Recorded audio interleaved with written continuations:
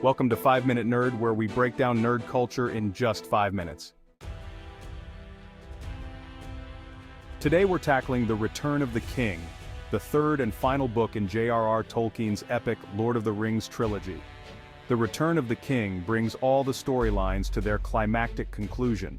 It's a book filled with battles, sacrifice, and the resolution of the characters' long journeys. The story picks up with Frodo and Sam deep in Mordor, struggling to reach Mount Doom, while Aragorn and the forces of Middle-earth prepare for a final stand against Sauron. The novel is divided into two main parts. The first half focuses on the events leading up to the final battle at the gates of Mordor, and the second half follows Frodo and Sam's harrowing journey to destroy the One Ring. Let's start with the larger picture. Sauron's forces are pressing into Gondor, and the city of Minas Tirith is on the brink of falling. Aragorn, Legolas, and Gimli, along with Gandalf and the armies of Rohan, race to aid Gondor in its defense.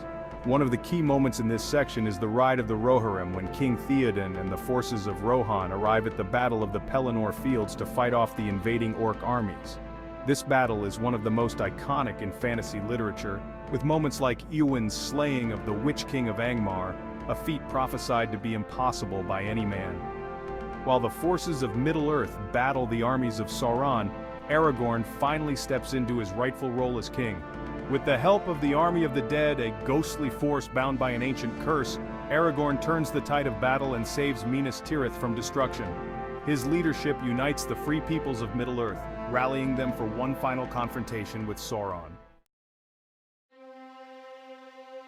Now let's turn to Frodo and Sam, who face their own nearly impossible mission. After surviving Shelob's lair and escaping the orcs of Cirith Ungol, they begin their final journey across Mordor. This part of the story is a stark contrast to the grand battles in Gondor. It's a personal, grueling struggle of two hobbits against an unforgiving landscape. Mordor is described as a wasteland of ash and fire, where the very air is poisonous and the land is filled with cracks and pits of volcanic rock. Frodo, already weakened by the ring's growing power, becomes more and more drained as they move closer to Mount Doom. The journey is slow and agonizing, with every step taking more strength than the last. Sam's role in this part of the story is especially moving. He's not only Frodo's companion, but also his protector, carrying their supplies and finding what little food and water he can in the barren wasteland. As Frodo grows weaker, Sam's loyalty and love for his friend shine through. He even carries Frodo when the weight of the ring becomes too much for him to bear, a moment that highlights Sam's unshakable commitment. His famous line, "I can't carry it for you, but I can carry you," stands as one of the most touching moments in the entire series, underscoring the deep bond between the two hobbits. During their journey, they are constantly haunted by the Eye of Sauron.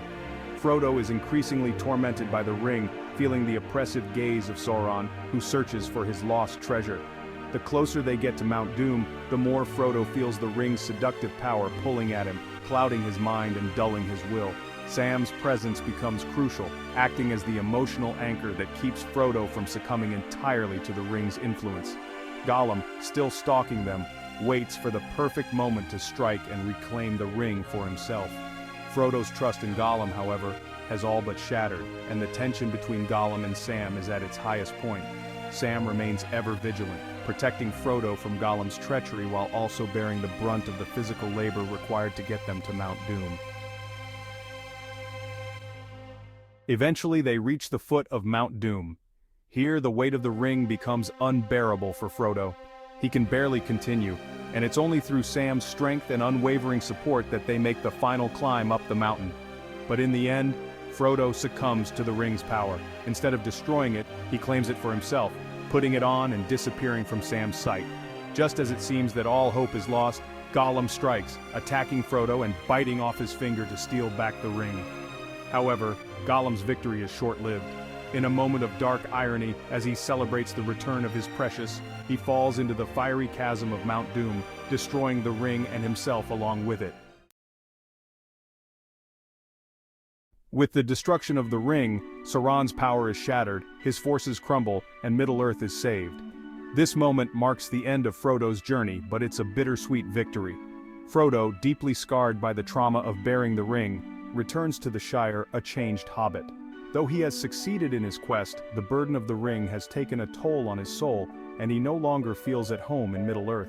In the end, Frodo chooses to sail into the west with the elves, leaving Middle-earth behind and seeking peace in the Undying Lands. At its core, The Return of the King is a story about sacrifice, the cost of power, and the passing of an age. It beautifully closes the journey that began in the Fellowship of the Ring, with each character finding resolution, whether through victory, sacrifice, or personal growth. Now, let's dive into 3 little-known facts about the making of the Return of the King film adaptation, which was released in 2003 and directed by Peter Jackson. First, Peter Jackson had originally planned to film The Lord of the Rings as 2 movies instead of 3. It was only after pitching the project to multiple studios that New Line Cinema suggested doing a full trilogy. This decision allowed for the sweeping, detailed adaptation we know today, with The Return of the King becoming the most awarded film in Academy Awards history, winning 11 Oscars, including Best Picture. Second, the massive battle scenes in The Return of the King required groundbreaking special effects. To simulate the tens of thousands of warriors in the Battle of the Pelennor Fields, Jackson's team developed a new software called Massive, which allowed for the creation of CGI armies with individual AI-driven characters. Each soldier in the battle was programmed to think and act independently, which added a level of realism that was revolutionary for the time. Lastly, the final scene where Frodo and the other hobbits say goodbye at the Grey Havens was one of the most emotional moments for the cast. Sean Astin, who played Sam, later revealed that the tears in that scene were very real, as the cast knew it was their final scene together after years of filming. The emotional weight of the moment transcended the script, as the actors truly felt the end of an era, much like their characters. So there you have it, a look at The Return of the King, both the epic conclusion to Tolkien's masterpiece and some fascinating behind-the-scenes details from the movie.